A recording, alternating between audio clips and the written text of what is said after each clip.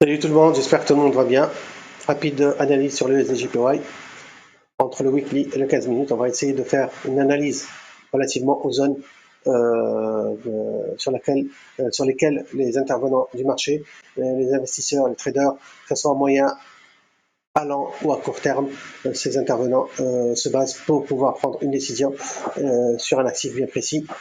Donc là, c'est l'analyse de l'USD/JPY. L'USD/JPY, je vois que c'est intéressant à surveiller et c'est pour cela que je partage mon analyse relativement.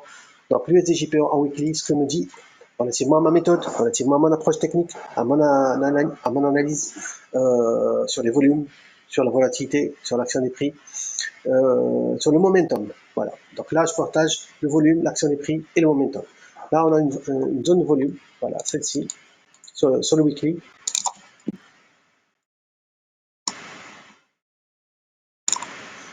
Cette zone volume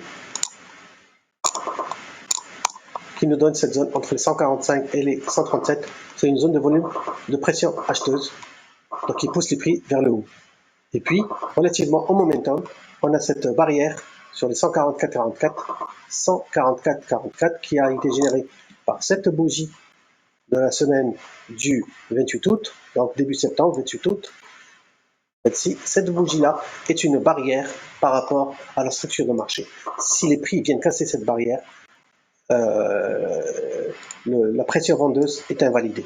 Ceci ne dit pas que l'USD/JPY à la cassure des 144,44 il passe vendeur. Il va falloir qu'on ait une synergie entre l'action des prix, l'action des volumes et l'action du momentum et l'action de la volatilité pour décider, pour dire comme quoi on va avoir une probabilité relativement à une vente de l'USD/JPY. Mais à cet instant-là, on a encore toujours cette probabilité que l'USD/JPY risque de partir encore plus haut.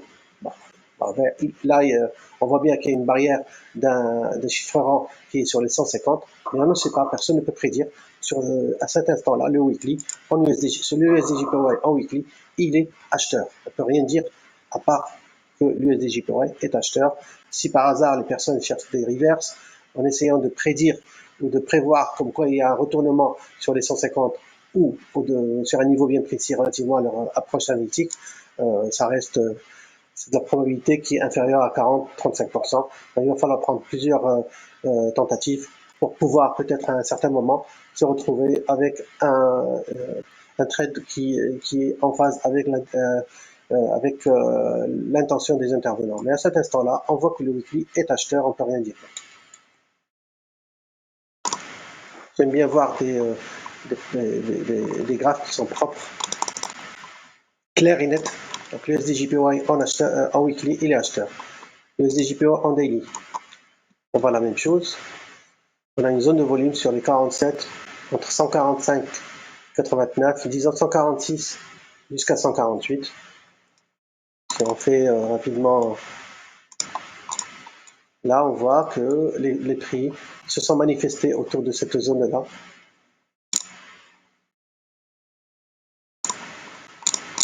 Ce qui nous donne cette zone de barrière volume qui au-dessus donne une poussée, une pression acheteuse sur le USD/JPY. Voilà. Donc ça, c'est par rapport à la zone. Puis là, on a la barrière qui invalide une gestion d'un trade en daily qui est sur les 147. La barrière en daily sur le USD/JPY, c'est le niveau des 147. C'est un niveau momentum qui est généré par cette bougie du 13 septembre, le mercredi. Donc voilà, donc il y a eu un pullback, bougie rouge le 11 septembre, tentative d'une bougie verte qui a été clôturée en action des prix au-dessus de l'open de la bougie précédente et confirmation, validation sur la troisième bougie, celle-ci, à la clôture, on a le momentum qui valide une gestion de risque en daily sur les 147,00.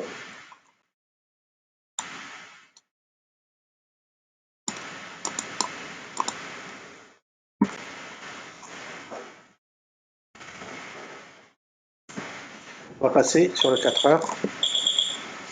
Le 4 heures,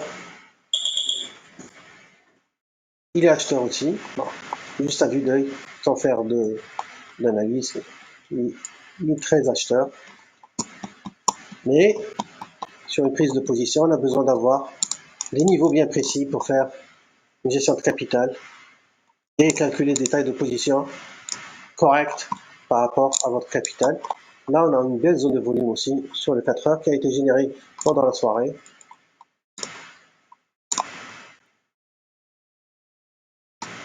Voilà, celle-ci. Et puis,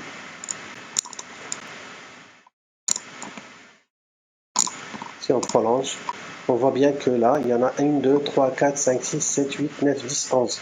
Il y a 11 bougies qui ont généré une zone volume. Et on voit et on remarque là sur le 4 heures que la zone volume, elle est plus haute que la zone momentum. La zone momentum, j'enlève le cercle. Je mets au propre ma zone, je préfère voir une zone pareille. Le momentum, il a été déclenché sur les 148,70. Donc, si par hasard les 148,85 sont cassés, ça invalide la montée de l'USD-JPY sur le 4 heures, mais ça ne donne pas une information que l'USD-JPY est passé vendeur. Il faut une synergie entre la volatilité, les volumes, l'action des prix et l'action du momentum pour que je puisse décider comme quoi l'USD-JPY, relativement à ma méthode, est devenu vendeur. Et là, je pourrais me permettre de trouver, d'aller faire une recherche d'un timing pour une entrée. Et pour l'instant, le 4 heures est aligné avec le daily et le weekly. Il est encore acheteur. Momentum, acheteur, volume, acheteur, action des prix, acheteuse, et voilà.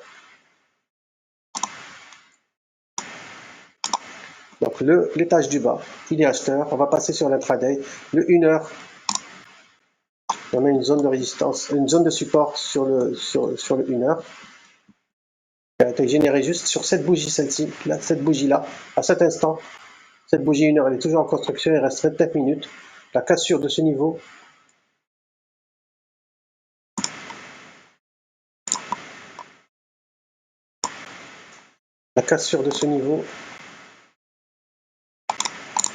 a généré une zone de, a validé plutôt une zone volume. Ici, on peut aller même au-delà.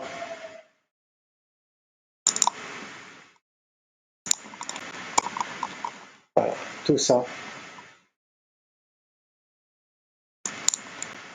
Tout ça, c'est une zone de volume. Les prix se sont manifestés autour de cette zone pendant une bonne durée. Et là, à un certain moment, là, la clôture n'a pas été faite au-dessus. Il nous faut une clôture au-dessus des 149,10 pour valider cette zone volume sur l'USD-JPY en 1 heure.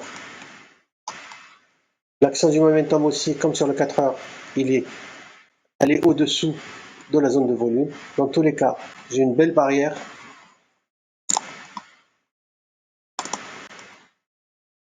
J'ai une belle barrière sur laquelle je peux me baser pour mettre relativement à un timing clôture 1 heure, et deuxièmement pour mettre mon stop sur une zone où il y a une barrière dessinée par les volumes et par le momentum et par l'action des prix, et laisser courir sans stress un trade sur le SDJPY à l'achat.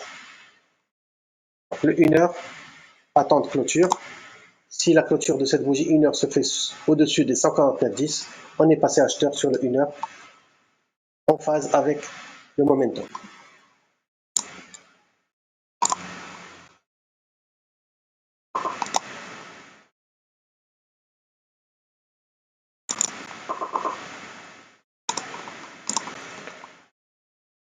Donc on laisse toujours comme que ce soit clair et net. Donc weekly, daily, 4 heures, 1 heure acheteur. Acheteur, attente clôture dans 30 minutes, dans 27 minutes. Le 15 minutes, qu'est-ce qu'il nous dit? Il est déjà passé acheteur, c'est normal. Donc le 15 minutes, il valide avant le 1 heure. On a relativement une gestion sur le 15 minutes, un stop sur le 148,91, disons 148,90. Et on a un soutien d'une zone de volume entre 149,00 et 149,08.